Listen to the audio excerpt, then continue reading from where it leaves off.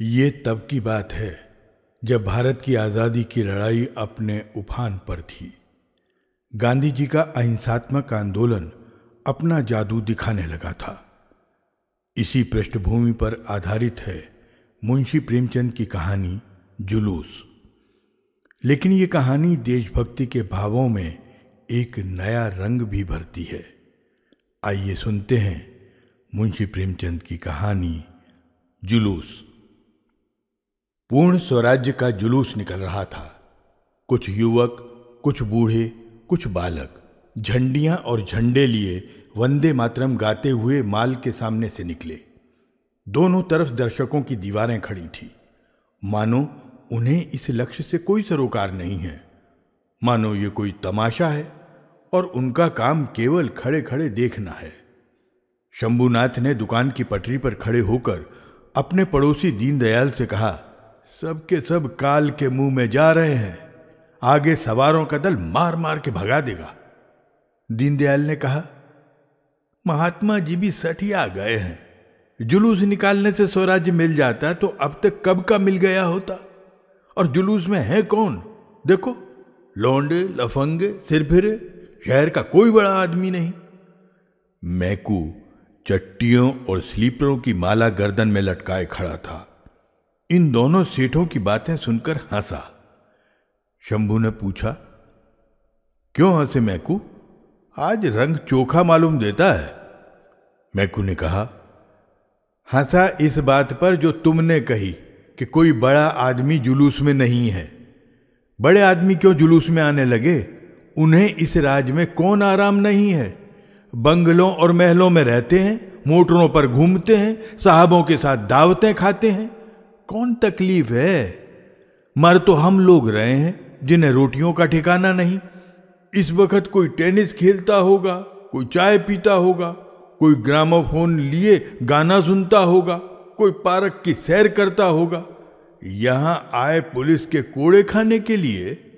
तुमने भी भली कही शंभू। तुम ये सब बातें क्या समझोगे मैकू? जिस काम में चार बड़े आदमी अगुआ होते हैं उसकी सरकार पर भी धाक बैठ जाती है। लौंडों लफंगों का गोल भला हाकिमों की निगाह में क्या जचेगा? मैकू ने ऐसी दृष्टि से देखा जो कह रही थी, इन बातों के समझने का ठेका कुछ तुम ही ने नहीं लिया है, और बोला, बड़े आदमी को तो हम ही लोग बनाते बिगाड़ते हैं या कोई और? कितने ही लोग जिन्हें कोई पूछता भी नहीं था हमारे ही बनाए बड़े आदमी बन गए और अब मोटरों पे निकलते हैं और हमें नीच समझते हैं। ये लोगों की तकदीर की खूबी है कि जिसकी जरा बढ़ती हुई उसने हमसे आंखें फेरी। हमारा बड़ा आदमी तो वही है जो लंगोटी बांधे नंगे पांव घूमता है, जो हमारी दशा को सुधारने के लिए अपनी जान हथेली पर लिए फिरता है, और हमें किसी बड़े आदमी की परवाह नहीं है। सच पूछो तो इन बड़े आदमियों ने ही हमारी मिट्टी खराब कर रखी है। इन्हें सरकार ने कोई अच्छी सी जगह दे दी, बस उसका दम भरने लगे। दीनदयाल ने कहा, नया दरोगा बड़ा जल्लाद है। चौरास्ते पर पहुंचते ही हंटर लेकर पिल पड़ेगा, फिर देखना सब कैसे दुम दबाकर भागते हैं, मजा आएगा। जुलूस स्वाधीनता के नशे में चूर चौरास्ते पर पहुंचा तो देखा आगे सवारों और सिपाहियों का एक दस्ता रास्ता रोके खड़ा है। सहसा दारोगा बीरबल सिंह घोड़ा बढ़ाकर जुलूस के सामने आ गए और बोले, तुम लोगों को आगे जाने का हुक्म नहीं है। जुलूस के बूढ़े नेता इब्राहिम अली ने आगे बढ़कर कहा, मैं आपको इत्मीनान दिलाता हूं, किसी किस्म का दंगा फसाद नहीं होगा। हम दुकानें लूटने या मोटरें तोड़ने नहीं निकले हैं, हमारा मकसद इससे कहीं ऊंचा है। बीरबल ने कहा, मुझे यह हुक्म है कि जुलूस यहां से आगे नहीं जाने पाए। इब्राहिम, आप अपने अफसरों से जरा पूछ न लें। बीरबल, मैं इसकी कोई जरूरत नहीं समझता। इब्राहिम, तो हम लोग यहीं बैठते हैं, जब आप लोग चले जाएंगे तो हम निकल जाएंगे। बीरबल, यहां खड़े होने का भी हुक्म नहीं है, तुमको वापस जाना होगा। इब्राहिम ने गंभीर भाव से कहा, वापस तो हम न जाएंगे। आपको या किसी को भी हमें रोकने का कोई हक नहीं। आप अपने सवारों, संगीनों और बंदूकों के जोर से हमें रोकना चाहते हैं, रोक लीजिए, मगर आप हमें लौटा नहीं सकते। न जाने वो दिन कब आएगा जब हमारे भाई बंद ऐसे हुक्मों की तामील करने से साफ इनकार कर देंगे जिनकी मंशा महज कौम को गुलामी की जंजीरों में जकड़े रहना है। बीरबल ग्रेजुएट था, उसका बाप सुपरिंटेंडेंट पुलिस था, उसकी नस नस में रौब भरा हुआ था। अफसरों की दृष्टि में उसका बड़ा सम्मान था। खासा गोरा चिट्टा, नीली आंखों और भूरे बालों वाला तेजस्वी पुरुष था। शायद जिस वक्त वो कोट पहनकर ऊपर से हैट लगा लेता तो वो भूल जाता था कि मैं भी यहाँ का रहने वाला हूँ। शायद वो अपने को राज्य करने वाली जाति का अंग समझने लगता था। मगर इब्राहिम के शब्दों में जो तिरस्कार भरा हुआ था, उसने जरा देर के लिए उसे लज्जित कर दिया। पर मामला नाजुक था। जुलूस को रास्ता दे देता है तो जवाब तलब हो जाएगा, वहीं खड़ा रहने देता है तो ये सब न जाने कब तक खड़े रहें। इस संकट में पड़ा हुआ था कि उसने डीएसपी को घोड़े पर आते देखा। अब सोच विचार का समय नहीं था, यही मौका था कारगुजारी दिखाने का। उसने कमर से बैटन निकाल लिया और घोड़े को एड़ लगाकर जुलूस पर चढ़ाने लगा। उसे देखते ही और सवारों ने भी घोड़ों को जुलूस पर चढ़ाना शुरू कर दिया। इब्राहिम दरोगा के घोड़े के सामने खड़ा था। उसके सिर पर एक बैटन ऐसे जोर से पड़ा कि उसकी आंखें तिलमिला गईं। खड़ा नहीं रह सका, सिर पकड़कर बैठ गया। उसी वक्त दरोगा जी के घोड़े ने दोनों पांव उठाए और जमीन पर बैठा हुआ इब्राहिम उसकी टापों के नीचे आ गया। जुलूस अभी तक शांत खड़ा था। इब्राहिम को गिरते देख कई आदमी उसे उठाने के लिए लपके, मगर कोई आगे नहीं बढ़ सका। उधर सवारों के डंडे बड़ी निर्दयता से पड़ रहे थे। लोग हाथों पर डंडों को रोकते थे और अविचलित रूप से खड़े थे। हिंसा के भावों में प्रभावित न हो जाना उनके लिए प्रतिक्षण कठिन होता जाता था। जब आघात और अपमान ही सहना है तो फिर हम भी इस दीवार को पार करने की क्यों न चेष्टा करें। लोगों को ख्याल आया, शहर के लाखों आदमियों की निगाहें हमारी तरफ लगी हुई हैं। यहां से ये झंडा लेकर हम लौट जाएं तो फिर किस मुंह से आजादी का नाम लेंगे। मगर प्राण रक्षा के लिए भागने का किसी को ध्यान भी ना आता था। ये पेट के भक्तों, किराए के टट्टुओं का दल नहीं था। ये स्वाधीनता के सच्चे स्वयं सेवकों का, आजादी के दीवानों का संगठित दल था। अपनी जिम्मेदारियों को खूब समझता था। कितने ही के सिरों से खून जारी था, कितने ही के हाथ जख्मी हो गए थे। एक हल्ले में ये लोग सवारों की सफों को चीर सकते थे, मगर पैरों में बेड़ियां पड़ी हुई थीं, सिद्धांत की, धर्म की, आदर्श की। 10-12 मिनट तक यूं ही डंडों की बौछार होती रही और लोग शांत खड़े रहे। इस मारधाड़ की खबर एक क्षण में बाजार में जा पहुंची। इब्राहिम घोड़े से कुचल गए, कई आदमी जख्मी हो गए, कई के हाथ टूट गए, मगर न वे लोग पीछे फिरते हैं और न पुलिस उन्हें आगे जाने देती है। मैक्यू ने उत्तेजित होकर कहा, अब तो भाई यहां नहीं रहा जाता, मैं भी चलता हूं। दीनदयाल ने कहा, हम भी चलते हैं भाई, देखी जाएगी। शंभू 1 मिनट तक मौन खड़ा रहा। एकाएक उसने भी दुकान बढ़ाई और बोला, एक दिन तो मरना ही है, जो कुछ होना है हो। आखिर वो लोग सभी के लिए तो जान दे रहे हैं। देखते देखते अधिकांश दुकानें बंद हो गईं। वो लोग जो 10 मिनट पहले तमाशा देख रहे थे, इधर उधर से दौड़ पड़े और हजारों आदमियों का एक विराट दल घटनास्थल की ओर चला। ये उन्मत्त, हिंसा मद से भरे हुए मनुष्यों का समूह था, जिसे सिद्धांत और आदर्श की परवाह नहीं थी, जो मरने के लिए ही नहीं, मारने के लिए भी तैयार थे। कितनों ही के हाथों में लाठियां थीं, कितने ही जेबों में पत्थर भरे हुए थे। न कोई किसी से कुछ बोलता था, न पूछता था। बस सब के सब मन में एक दृढ़ संकल्प लिए लब के चले जा रहे थे, मानो कोई घटा उमड़ी चली जाती हो। इस दल को दूर से देखते ही सवारों में कुछ हलचल पड़ी। बीरबल सिंह के चेहरे पर हवाइयां उड़ने लगीं। डीएसपी ने अपनी मोटर बढ़ाई। शांति और अहिंसा के व्रतधारियों पर डंडे बरसाना और बात थी, एक उन्मत्त दल से मुकाबला करना दूसरी बात। सवार और सिपाही पीछे खिसक गए। इब्राहिम की पीठ पर घोड़े ने टाप रख दी। वो अचेत जमीन पर पड़े थे। इन आदमियों का शोरगुल सुनकर आप ही आप उनकी आंखें खुल गईं। एक युवक को इशारे से बुलाकर कहा, क्यों कैलाश, क्या कुछ लोग शहर से आ रहे हैं? कैलाश ने उस बढ़ती हुई घटा की ओर देखकर कहा, जी हां, हजारों आदमी हैं। इब्राहिम ने कहा, तो अब खैरियत नहीं है, झंडा लौटा दो, हमें फौरन लौट चलना चाहिए, नहीं तूफान मच जाएगा। हमें अपने भाइयों से लड़ाई नहीं करनी है, फौरन लौट चलो। ये कहते हुए उन्होंने उठने की चेष्टा की, मगर उठ न सके। इशारे की देर थी। संगठित सेना की भांति लोग हुक्म पाते ही पीछे फिर गए। झंडियों के बांसों, साफों और रुमालों से चटपट एक स्ट्रेचर तैयार हो गया। इब्राहिम को लोगों ने उस पर लिटा दिया और पीछे फिरे। मगर क्या वो परास्त हो गए थे? अगर कुछ लोगों को उन्हें परास्त मानने में ही संतोष हो तो हो, लेकिन वास्तव में उन्होंने एक युगांतकारी विजय प्राप्त की थी। वो जानते थे हमारा संघर्ष अपने ही भाइयों से है, जिनके हित परिस्थितियों के कारण हमारे हितों से भिन्न है। हमें उनसे वैर नहीं करना है। फिर वो ये भी नहीं चाहते कि शहर में लूट और दंगे का बाजार गर्म हो जाए और हमारे धर्म युद्ध का अंत लुटी हुई दुकानें, फूटे हुए सिर हों। उनकी विजय का सबसे उज्जवल चिन्ह ये था कि उन्होंने जनता की सहानुभूति प्राप्त कर ली थी।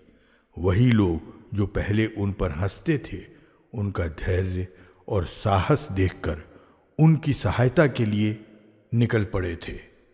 मनोवृत्ति का ये परिवर्तन ही हमारी असली विजय है। हमें किसी से लड़ाई करने की जरूरत नहीं। हमारा उद्देश्य केवल जनता की सहानुभूति प्राप्त करना है, उसकी मनोवृत्तियों को बदल देना है। जिस दिन हम इस लक्ष्य पर पहुंच जाएंगे, उसी दिन स्वराज्य सूर्य उदय होगा। 3 दिन गुजर गए थे। बीरबल सिंह अपने कमरे में बैठे चाय पी रहे थे और उनकी पत्नी मिट्ठन बाई शिशु को गोद में लिए सामने खड़ी थी। बीरबल सिंह ने कहा, मैं क्या करता उस वक्त? पीछे डीएसपी खड़ा था। अगर उन्हें रास्ता दे देता तो अपनी जान मुसीबत में फंसती। मिट्ठन बाई ने सिर हिलाकर कहा, तुम कम से कम इतना तो कर ही सकते थे कि उन पर डंडे न चलाने देते। तुम्हारा काम आदमियों पर डंडे चलाना है? तुम ज्यादा से ज्यादा उन्हें रोक सकते थे। कल को तुम्हें अपराधियों को बैंत लगाने का काम दिया जाए तो शायद तुम्हें बड़ा आनंद आएगा, क्यों? बीरबल सिंह ने खिसियाकर कहा, तुम तो बात को समझती नहीं हो।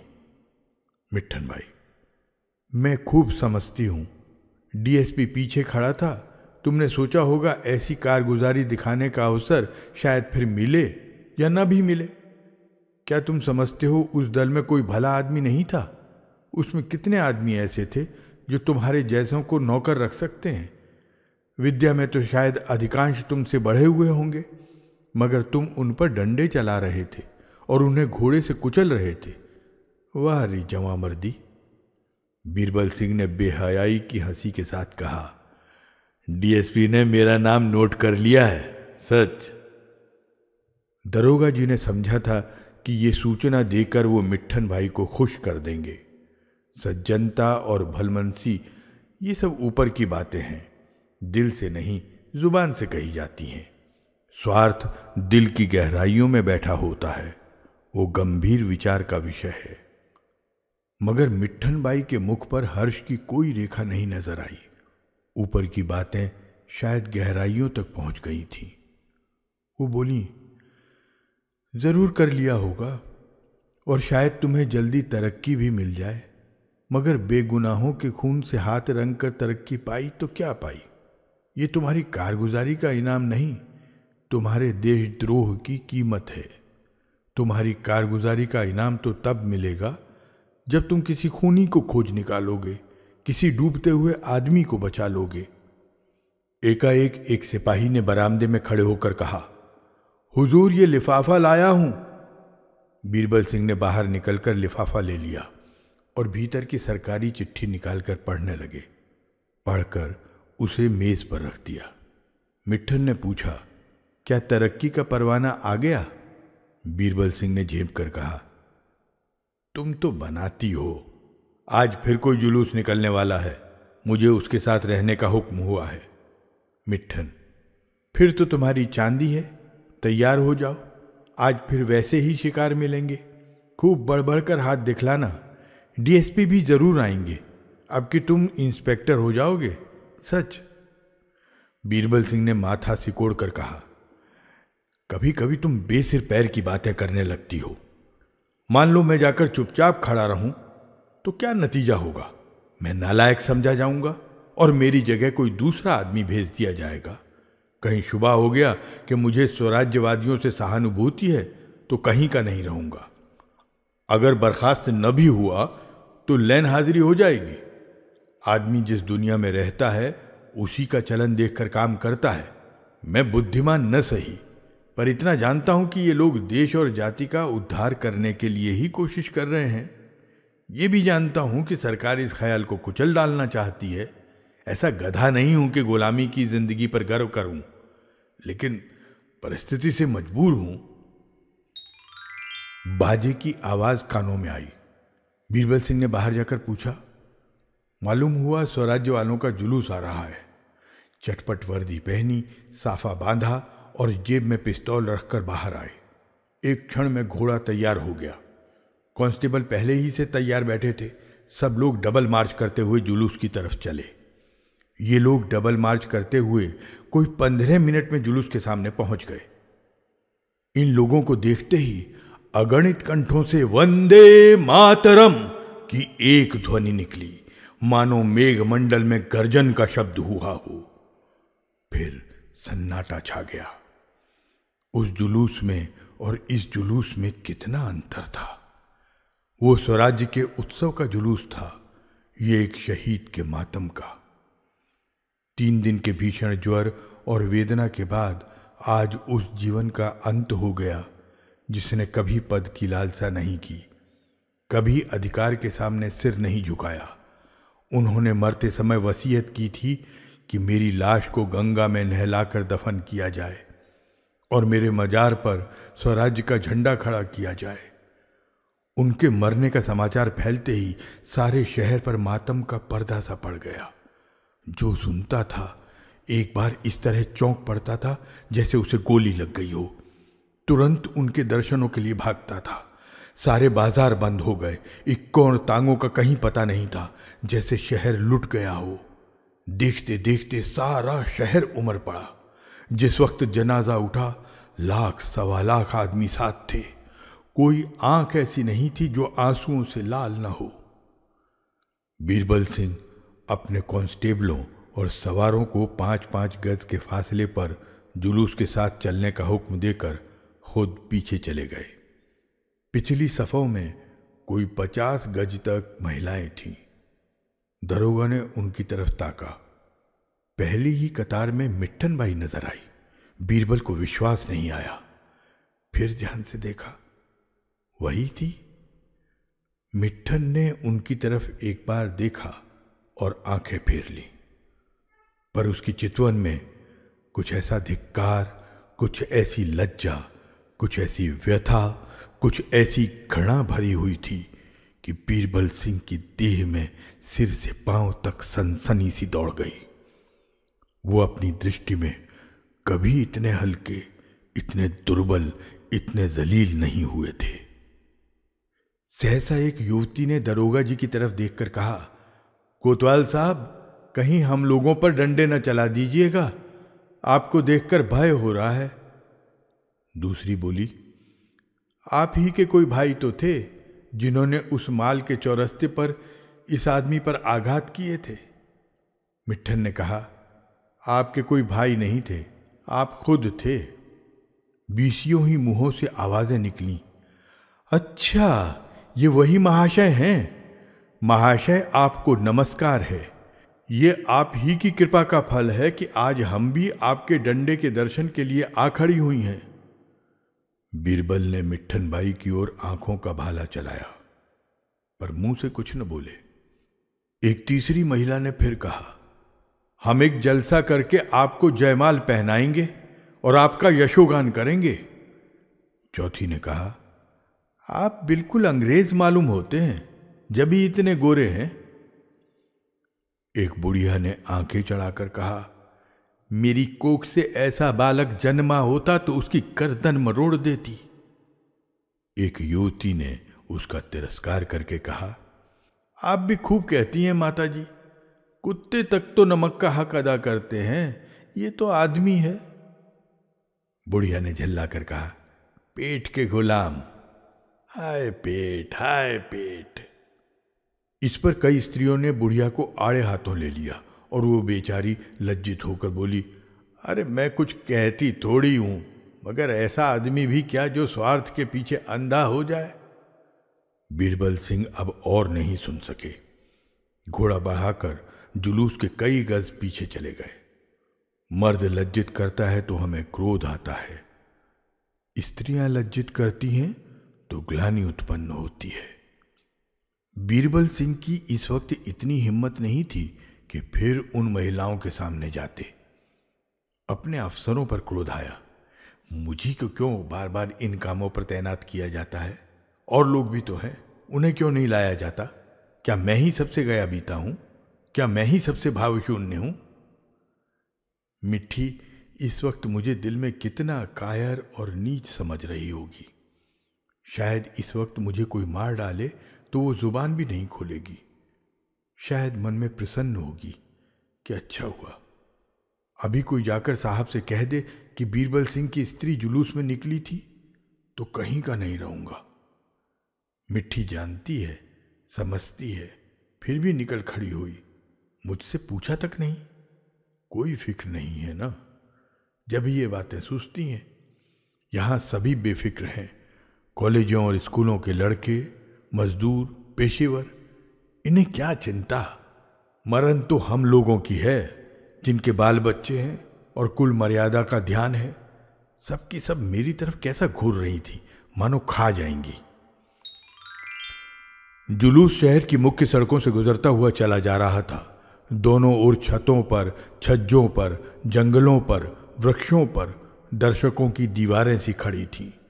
बीरबल सिंह को आज उनके चेहरों पर एक नई स्फूर्ति, एक नया उत्साह, एक नया गर्व झलकता हुआ मालूम होता था। स्फूर्ति थी वृद्धों के चेहरे पर, उत्साह युवकों के और गर्व रमणियों के। ये स्वराज्य के पथ पर चलने का उल्लास था। अब उनको यात्रा का लक्ष्य अज्ञात नहीं था। पथभ्रष्टों की भांति इधर उधर भटकना नहीं था। दलितों की भांति सिर झुकाकर रोना नहीं था। स्वाधीनता का सुनहला शिखर सुदूर आकाश में चमक रहा था। ऐसा जान पड़ता था कि लोगों को बीच के नालों और जंगलों की परवाह नहीं है। सब उस सुनहले लक्ष्य पर पहुंचने के लिए उत्सुक हो रहे हैं। 11 बजते बजते जुलूस नदी के किनारे जा पहुंचा। जनाजा उतारा गया और लोग शव को गंगा स्नान कराने के लिए चले। उसके शीतल, शांत, पीले मस्तक पर लाठी की चोट साफ नजर आ रही थी। रक्त जमकर काला हो गया था। सिर के बड़े बड़े बाल खून जम जाने से किसी चित्रकार की तूलिका की भांति चिमट गए थे। कई हजार आदमी इस शहीद के अंतिम दर्शनों के लिए मंडल बांधकर खड़े हो गए। बीरबल सिंह पीछे घोड़े पर सवार खड़े थे।